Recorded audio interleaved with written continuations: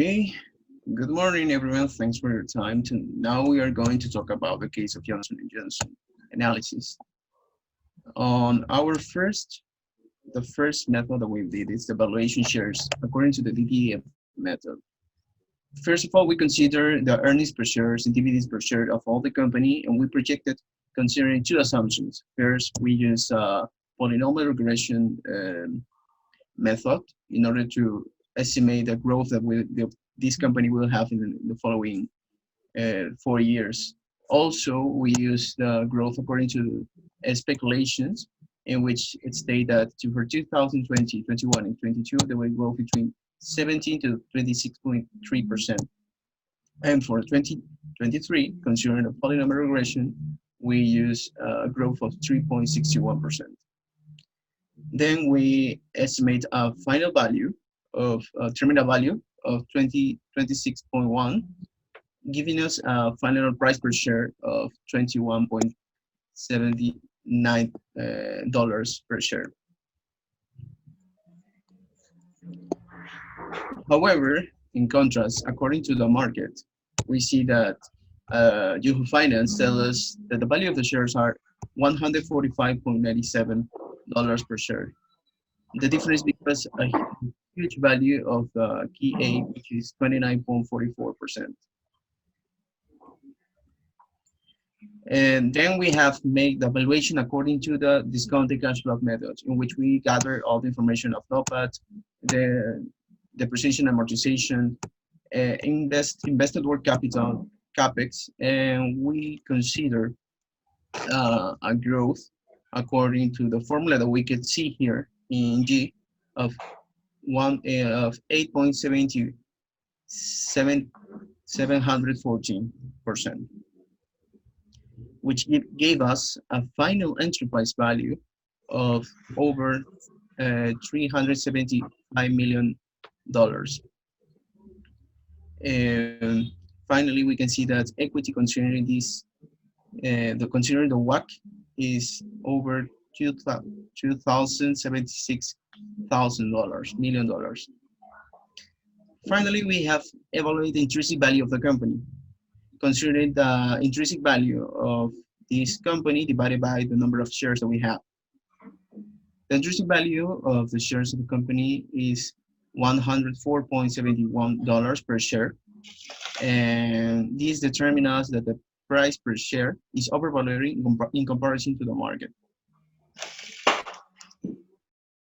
To evaluate the companies, the two multiple methods were analyzed. First, we have the value method, which is the current book value of the company once when registering the transaction. For its calculation, the stockholder equity was determined on the local liability, thus obtaining the nominal value.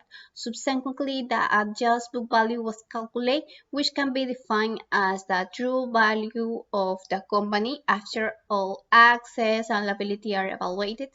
For this, the result obtained in book value method was taken into account plus non-current assets and property, plant, and equipment, thus obtaining the enterprise value. However, from the value obtained, the total registered in the company in the years 2019, resulting in the net worth for the company. The second method, the EBIT plus depreciation and amortization were defined in order to obtain the EBITDA. Subsequently, the percentage established in side graph were weighed with the data obtained in the EBITDA in the last 3 years. Additionally, information on the main competitor in its 3 categories: consumer sales, pharmaceutical, medical device. Once the necessary information was obtained, the enterprise value was determined, eliminating the debts present by the company, thus obtain the nets were different from the previous methods. Finally, the last method applies in the capitalization, which has allowed to determine how much a company is worth according to the stock market. For this analysis, it has been necessary to establish the price per share at the end of 2019. Subsequently, the number of the shares was established, the multiplication or both determine the amount of the capitalization market subtract by the debt. The net worth was obtained. This park seeks to analyze the different results obtained in each applied method, which differ from each other, as can be seen in the table. In the first place, the book value was considered, which is approximately 157 million.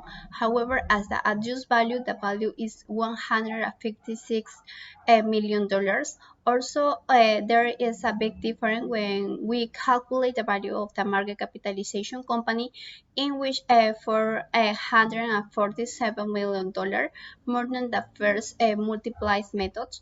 On the other hand, according to the discount cash flow, the valuation of the company is 3,075 million dollars. It is concluded that there is a huge difference between each types of evaluation. However, the ones close to the company will be the DCF, which will be the $375 million. So the EV and EBITDA doesn't consider the financial parks, amortization, and extraordinary results that are also relevant to the analysis. Well, continue with this exposition. We are a sustainable company with objectives and strategies to contribute to the community, employees, and environment.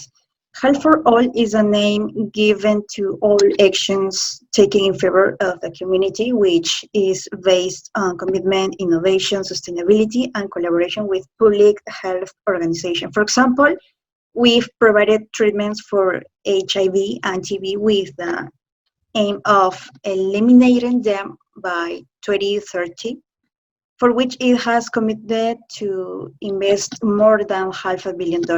You can see the numbers of patients that had this treatment in 2019. Also, there is ongoing research in vaccines and treatments for Zika, Ebola, among others. By last, we have training programs to health workers worldwide, specifically to people that does not access to technology and education, for example, in Africa and Asia. For this reason, we've created the Center for Health Worker Innovation, which has 5 pillars and programs exclusively for nurses, all this through by Johnson & Johnson's foundations. Next, please.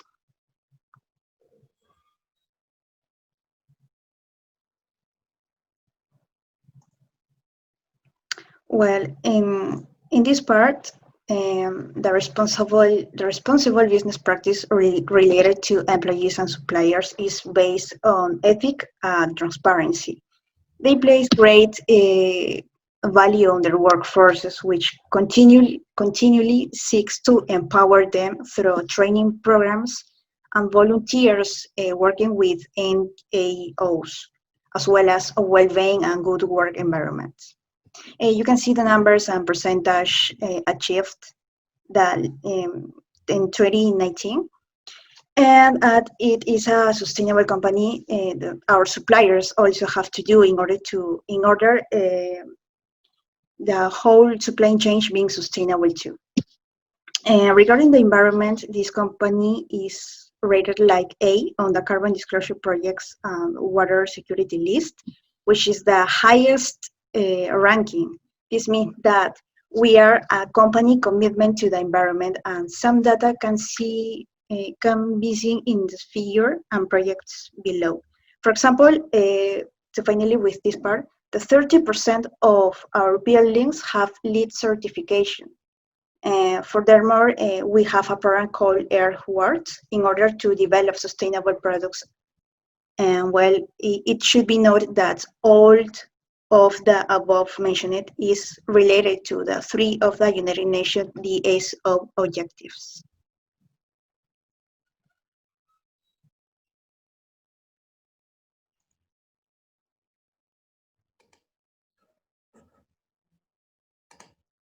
Okay, Regarding mergers and acquisitions, we can see that Johnson & Johnson has acquired more than 41 companies over the years, and its largest acquisition was Actelion for $30 billion. As we can see in the first table, the top 10 of mergers acquisitions, we can see that the second largest was Synthes for $20 billion, and Pfizer for $16.16 billion. Also, we can see in the graph below that Johnson & Johnson has made acquisitions in 12 different US states and also more than 7 countries such as Netherlands, UK, France, China, among others, since the 1990s. About global merger acquisitions trends in the pharmaceutical sector, we can see in this graph that the trends divided in biotech, medical devices, and pharma. The transactions volumes in the biotech increased in 25%, while transactions volumes for pharmaceuticals and medical devices decreased 8% and 15% respectively. It is important to highlight that the engine of the world population and the growth of the middle classes are making the trends possible for companies in the health sector. Also, the spread of diseases such as obesity, diabetes, hypertension, and heart diseases represents a growing demand for these drugs. So this is generating that in the recent years, they have seen highest records of merger acquisitions in companies of the health sector. Also, in these tables, we can see that the company do not have significant mergers, but they do have important acquisitions. As we can see in these tables, we can see the 3 more important acquisitions. These tables illustrate the enterprise value of the Johnson & Johnson's before and after the acquisitions, based on the market capitalization methods. With this analysis, we can determine, for example, the acquisitions of Synthes and Boga International were convenient for the company because the enterprise value increased the next year, and they made their expansions goals. But we can see that with acquisition of Actelion Pharmaceutical, this may not be a good acquisition because the price was very high, and the analysis says that they don't really create value for the company. And also we can see the enterprise value that is less in the it decreased in the next year in 2018. So it may not be a good decision.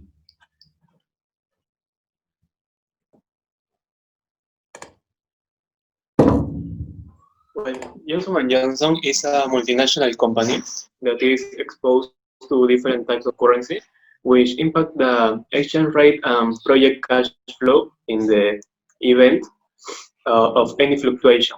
And for this reason, the use of financial derivatives should be taken into account for the market risk management strategy.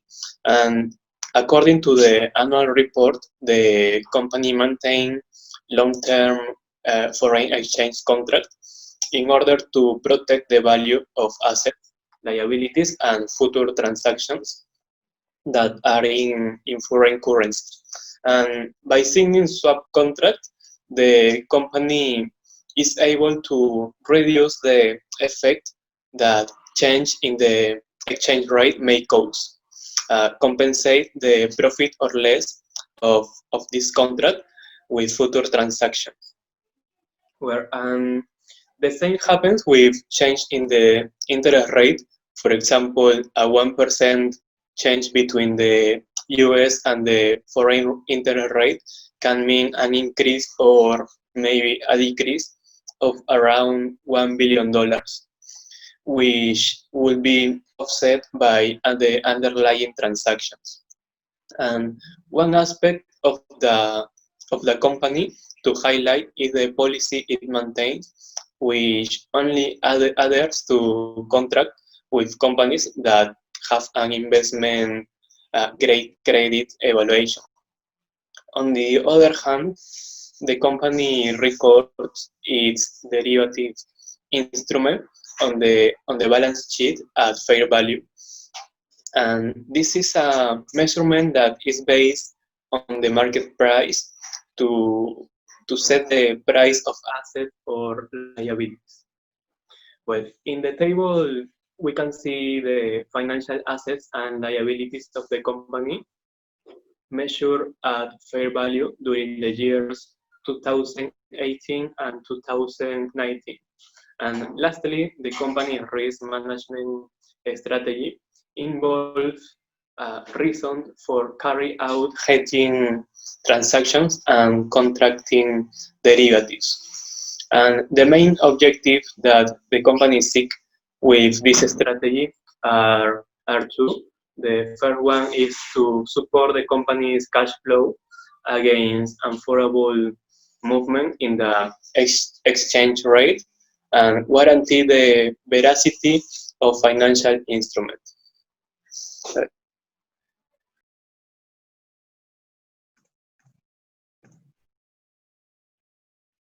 Well, as conclusions, we are a company commitment to the environment and sustainability in all areas of work. We strengthen the knowledge and well-being of our employees and the healthcare community worldwide.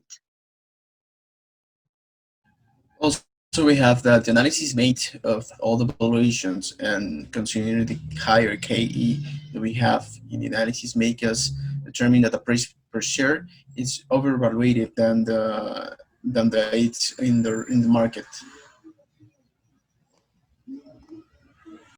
Also, is it concluded that over the years, Johnson & Johnson's mergers acquisitions have yielded positive results, and given the trend in the pharmaceutical sectors presents a recovery for acquisitions, it's recommended to the company to continue with mergers and acquisitions in order to combine R plus D with other companies and continue expanding its products portfolio and services with the latest technology.